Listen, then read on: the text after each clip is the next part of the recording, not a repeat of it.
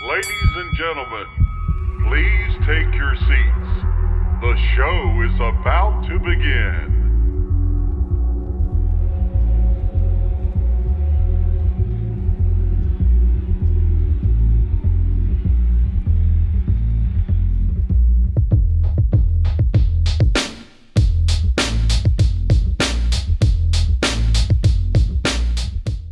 Greetings, everyone, and welcome to Tough Talk Today. And I am Ty. And I'm Deb. Excellent. So we're coming to you today with some great conversations that's off the cuff, and they're just different perspectives from a public review. And so while some of them may be a little soft and touchy, but sensitive, Some are going to hit you straight in the gut. oh, So, with that being said, let's get ready to rumble.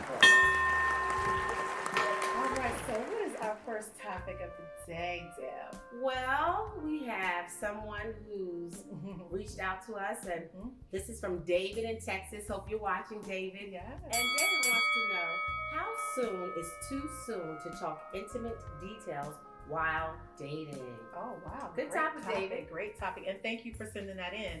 Well, we all ready to discuss. So how soon is too soon? And what do you consider intimate? You didn't really say, what intimate details you wanted to discuss. So it really just depends on, how deep you want to go with this. So what do you consider intimate? Intimate details of what you've done in past relationships. That's too much. That's too much. That's oversharing. Who's like Oversharing. TMI? Yes. So And I think you that don't want to share those things. No. But is there a time to share those things though? And at what point? Because I think there are some situations that need to be shared, when you are dating, depending on how soon, you kind of roll with the person or how comfortable you are with the person. Especially if those conversations are, of substance and, y'all are adult enough to carry on those conversations. You just might be willing and ready to receive, what that person may say, depending on the situation. So, it just depends. What about? Not on the first date. No, really? Not on the first date. On the first date, there should be no one or nothing involved but those two people. Okay. But what if those two people want to share intimate details about themselves? I mean, it just depends on how It deep depends. you go. Yeah. Yeah. Or what is that date for? How about that? Right, yeah, because that might be a date to learn about, your likes, your dislikes. I mean, everything ain't got to be what's your favorite color. No, what's your favorite color? So we definitely have situations, where people can open up and talk about some things that just may be on a serious level. Mm-hmm. What about sexual details? Sometimes those could be talked about too. Not necessarily on the first date. I wouldn't, but there are some people who are, but some people feel comfortable doing those things. They might discuss, what they like and don't like and care to do in the bedroom.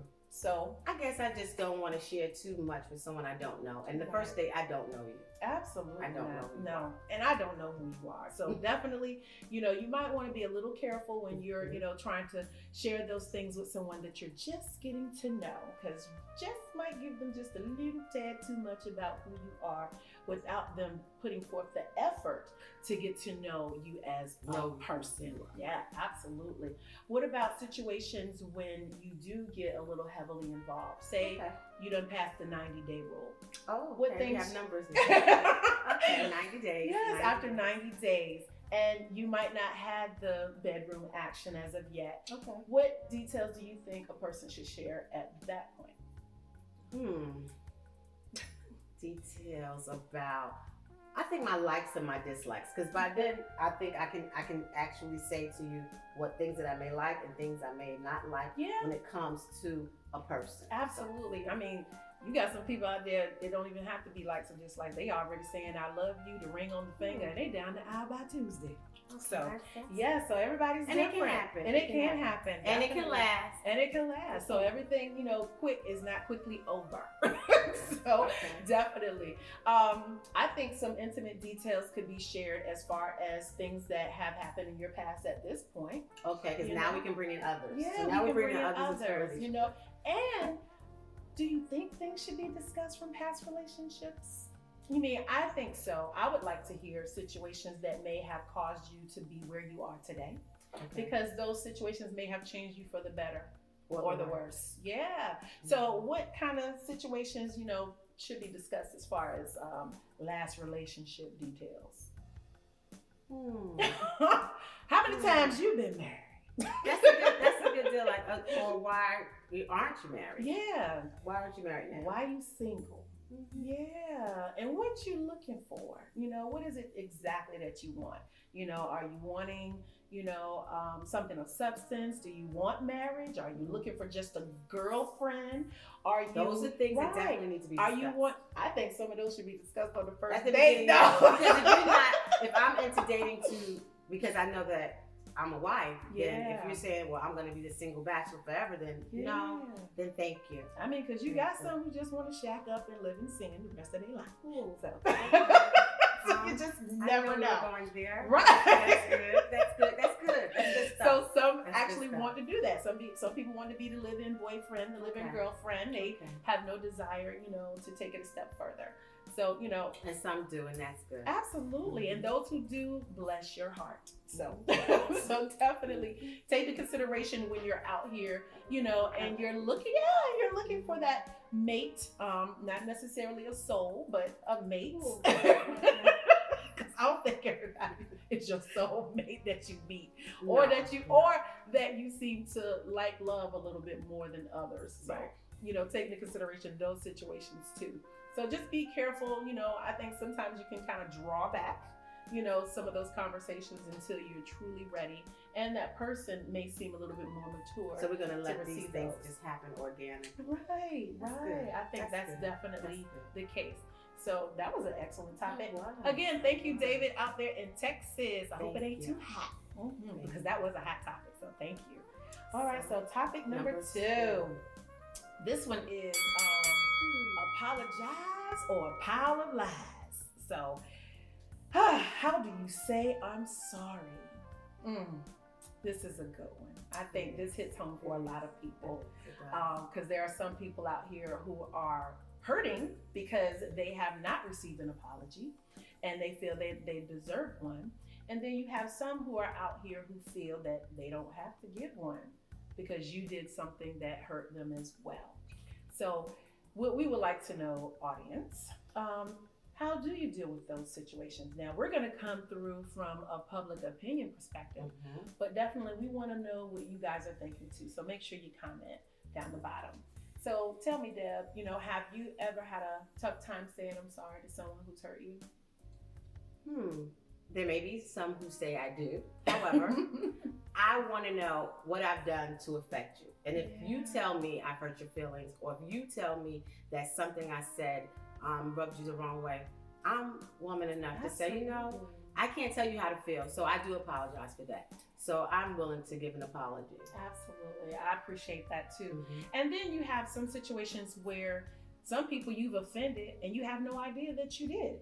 So the best thing to do, if someone has done something to you personally, privately or publicly, you need to let that person know. They honestly might not know that they did anything to make you feel a certain way. And again, that is, they made you feel a certain way. Not all the times your feelings are internal and they're just dreaded up on some, situation or story that you've made up in your head. These are actual feelings that people feel that you made them feel. So just take that into consideration too. If you have, someone who has offended you, go to them, talk to them, have a conversation, kind of let it be known what's going on, what's on your mind. Because a lot of times a person doesn't know. Like Deb said, we are not mind readers. We are not Miss Cleo mind. So definitely you need to let somebody know how you're feeling. So make sure you approach that person in love, and hopefully they'll receive it in love. Absolutely. Good. So that's another good topic. Another good topic. So to close out the show, because we are in the middle of a pandemic. So let us talk about the coronavirus.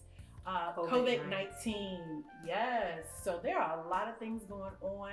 And we just thank God for the opportunity, that we're sitting here and we're healthy and we're, doing safe things that, are according to the government and the federal government. and the CDC and It's good to listen to HWO. them. And yes, we're doing the things that are necessary so that we can remain safe and healthy.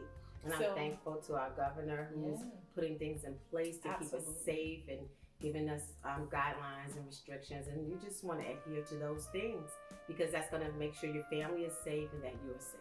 Absolutely. And to all the people where this has actually hit home for them, whether it was a loved one, a friend or a family member that has taken sick and they have not survived this terrible disease, we are definitely keeping you in our thoughts and prayers as well. So we definitely want to share our sentiments with you to let you know that we are making sure that others are hearing this message and that they're adhering to the things too. Because if you don't have to be out, stay home.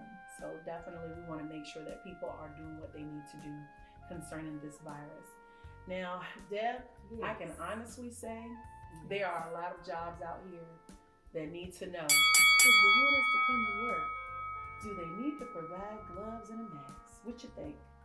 If these are things that are going to keep us healthy, then these are things that your supervisor, your company needs to provide for you. I think so too. I'm with that. So any companies, any jobs, please make sure that you are making sure that the people that you are wanting to still come in and handle business, that they have the proper things to keep them safe.